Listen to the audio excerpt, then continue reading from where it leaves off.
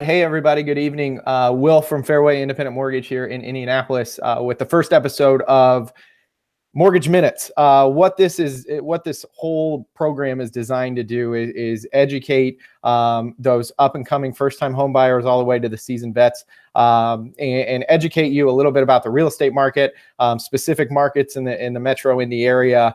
And we have somebody really, really special joining us for episode one. It is Mr. Patrick Keller. Patrick, how are you, man? Good. How are you? Well, I'm doing well, doing well. So, first off, just wanted to give you guys a little background into what we're trying to do with this, and it's give you guys knowledge that otherwise is not really told to you until you're deep into the home buying process. So we want to be real, we want to be authentic, we want to give you add value to you guys. So Patrick has been nice enough to join us on episode one. He is an absolute stud in the Hendricks County market, entering into his second year. So Patrick, to get started, tell us a little bit about yourself, how long you've been doing this thing, and why you decided to do real estate in the first place. yeah, man. So I'm super glad to be on, and I appreciate you having me on. And I am excited to help first-time home buyers or buyers of any kind really learn more about the market. But yeah, so I won't try to go too long because a lot of real estate agents just want to talk forever. But my transition into real estate was kind of unconventional. So I owned another company, and one of my clients was a managing broker at a real estate office, and she recruited me to get into real estate, and I got into real estate and worked for that team for some time, and then transitioned into an independent brokerage, which I am now, and I love that. And I fell in love with it, and I just love being able to help clients. And I kind of am driven by the whole like work all the time and you're in charge of your own success thing. And I also just love getting people into homes and seeing their faces, like especially first time home buyers going through that enjoyable process. I love helping sellers, buyers of all kinds. So I didn't think I'd love it this much, but I love it, and I see myself doing it forever. And it's a super, super great passion of mine, and I'm growing a team now, and it's just exploding for me. So yeah, that's how I got in. That's awesome, man. So just give our listeners here a little bit of background. How long have you been doing this? Yeah, so I am approaching my third year. My first year, I didn't do a whole lot. I probably sold. So this is for first time home buyers. It's kind of hard to understand this, but I sold, let's just say in my first year, anywhere from like 12 to 15 houses. I don't even remember.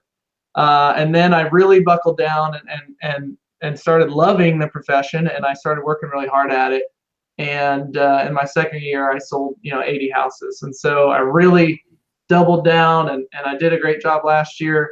That's how long I've been doing it, though. It's just coming up on 3 years now, so I've not been in it super long, but tried to learn as much as I could as fast as I could.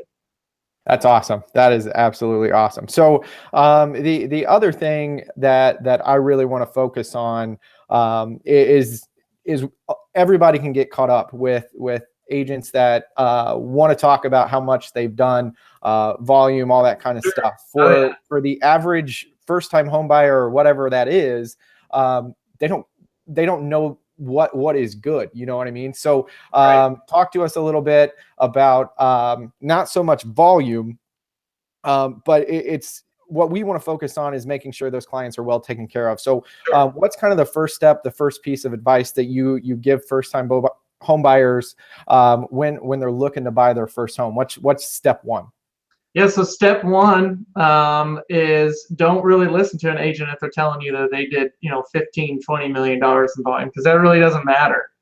You need to work with an agent who's going to answer your questions, who's going to answer the phone call when you call, who's going to be able to text you and email you when you need answers. But the first step in it all, when we have people that call us and they're ready to buy houses, we find out what it is that they actually want, the location, the price point if they know, which a lot of people really don't know right off the bat what their true price point is. The things that they want, like bedrooms, bathrooms. We really want to know what their needs are, where they're coming from, when they want to move, their timeline, all that stuff. And we get all those questions answered initially. So people come to us first as realtors. We answer all those, or we get all those questions answered from them, really. And then we also kind of give them advice on maybe where they can look and where they can find that perfect piece of real estate that's going to match all their needs, because they're looking at us as an advisor as well. And as soon as we kind of answer all those questions and then find that niche spot of where they should be, we point them back to a guy like you. So the first true step is to talk to an agent. And in that first step, it's also talk to a lender to see what your financial picture looks like, to see if you are capable of buying. Maybe you're overestimating or maybe you're underestimating. And so we get them back in touch with somebody like you, and then we can get the ball rolling on showings and the stuff later on down the road. Sure. So what I'm hearing a lot of is a lot of the way that from my perspective as a loan officer is it's consultation first and figuring out what your goals are. Because that quick sell mentality, the burn and churn type thing, buyers are getting smarter and smarter when it comes to this whole process. So that consultation, figuring out what you want, how long you're going to be in that home, what are your 2 or 3 key things that we can do for you up front, answering those questions and then building a plan from there. Is that a pretty good representation? Yeah, I was going to ask if I can piggyback on what you just said. So that's the thing, right? Is we've got to touch on those feelings that they have, and we've got to make sure that those feelings and those needs are met. So you'll call some agencies or maybe even some lenders, and all you're going to get is, okay, the hard sell. All right, we want to get you in a house. You want to get 3 showings right now. Let's get it done, and then let's get you under contract and move on. With our team, it's different. We want a consultation. So we want to meet you in person in our office, or we want to go to a Starbucks or grab you a beer or whatever it is that you like to do. We like to meet you, figure out what it is that you need and when you need it, so we can find the perfect house, not just some house that you're going to settle on. And then we point them to a guy like you, which also has, a consultative approach. What do you want your monthly mortgage payment to be? Not, here's what you can afford, go spend it all.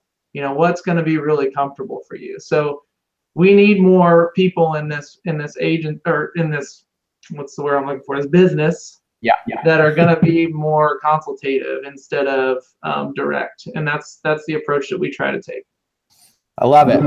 So one of the big concerns is a dollars and cents concern for those buyers. So we're seeing an influx in the market of a millennial buyer that's very concerned with, a lot of people are coming in with things like student loans and really expensive apartment rents and that kind of stuff. Money is a huge concern. So talk to us a little bit about, I'm a first-time buyer. What is the kind of cost that I'm looking at hiring somebody like yourself to be my buyer's agent? So that's the easiest conversation I get to have with people usually, is if they're working with me or if they're working with somebody on my team as a buyer's agent, they're going to get high quality service. They're going to get somebody that really cares about what they need. They're going to get somebody that really narrows down and focuses on what they want. And they get somebody who's going to negotiate for them, write the offers for them, let them in the houses, answer questions for them. And they don't pay us to do that at all. So in Indiana, when a house closes, which means you sign the papers on that house and you are now the owner of that house, if you have a buyer's agent that represented you all the way through the process, you don't pay that buyer's agent a dime. It's actually the seller of the home that does that. So you're getting a really high quality, almost sometimes expensive service for free. And that is a super awesome perk of being a buyer, where you can have us do all that stuff for you for free, and for free for you, and it costs for someone else. So that's a really cool thing. Yeah, I love that. I love that approach, and I love being able to answer that question as well, because from our perspective as a lender, when we're trying to get buyers financed, if anybody has ever been involved in a for sale by owner situation that goes south, The other key thing that we've hit on a couple times now is you're an advocate for your client as an agent. Your responsibility is to protect their interest, and get them the best deal possible, when they might not understand everything that's going on. So Right. having somebody in your corner explaining the process, explaining all that can happen in a real estate transaction in the span of 30 days or less in most cases now, it's absolutely essential. Would you agree? Oh, absolutely. And so a lot of first-time homebuyers start at open houses because they think that's where they have to go, or they will call the sign on the property that they saw online, right? And Oh yeah. so you as a first-time homebuyer, if you are doing that, you are calling the listing agent. And in my mind, that listing agent started working for the sellers first. And so sellers agents and listing agents are typically pretty loyal, I feel like, to their sellers sometimes.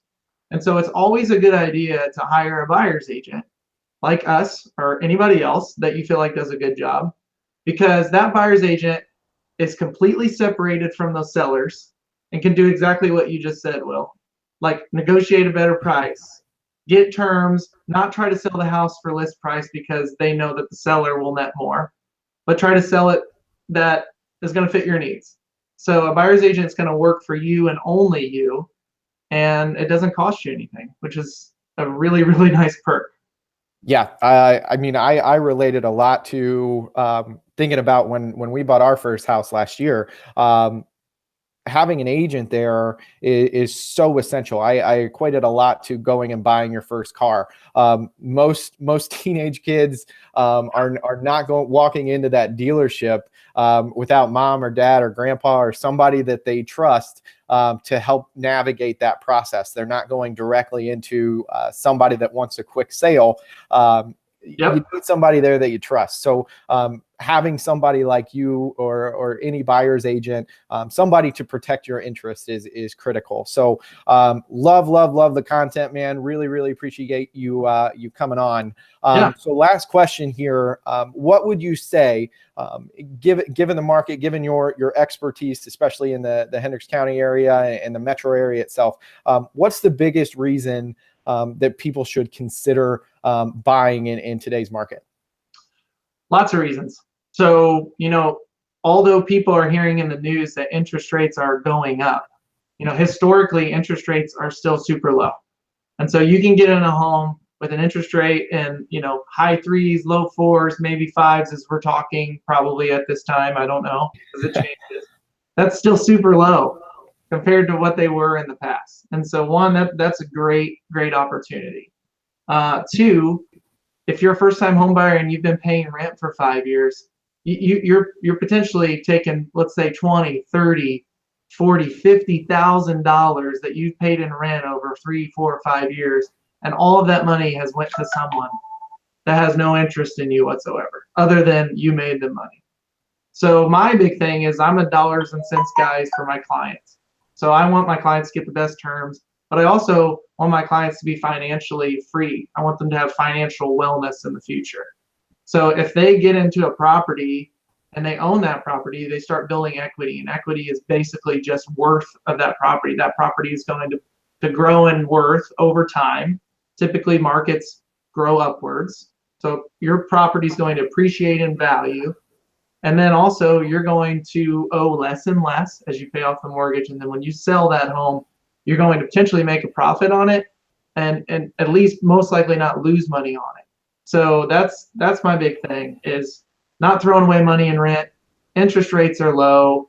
And there's a lot of really good programs out there financing wise for first time home buyers to get some favorable rates and closing costs and down payments where it makes sense for people compared to what it did in the past. For sure. And I love that answer where, from the finance guy, of course, but talking about throwing away money versus building a long-term plan for yourself and your family and your future. And that's where understanding your finances, sitting down with somebody that wants to hear your goals, and help you reach those financially in a place that you can call your own. You're not worried about moving out in 12 months or extending month to month on a lease, all that kind of stuff. So Patrick, love the stuff. This has been awesome.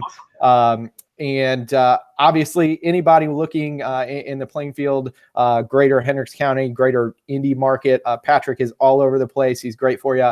We'll be sure to put his contact information in the link below. And Patrick, thanks again, man. Really liked it. It's my pleasure. Thanks for having me on. All right. We'll see you. Thanks, guys.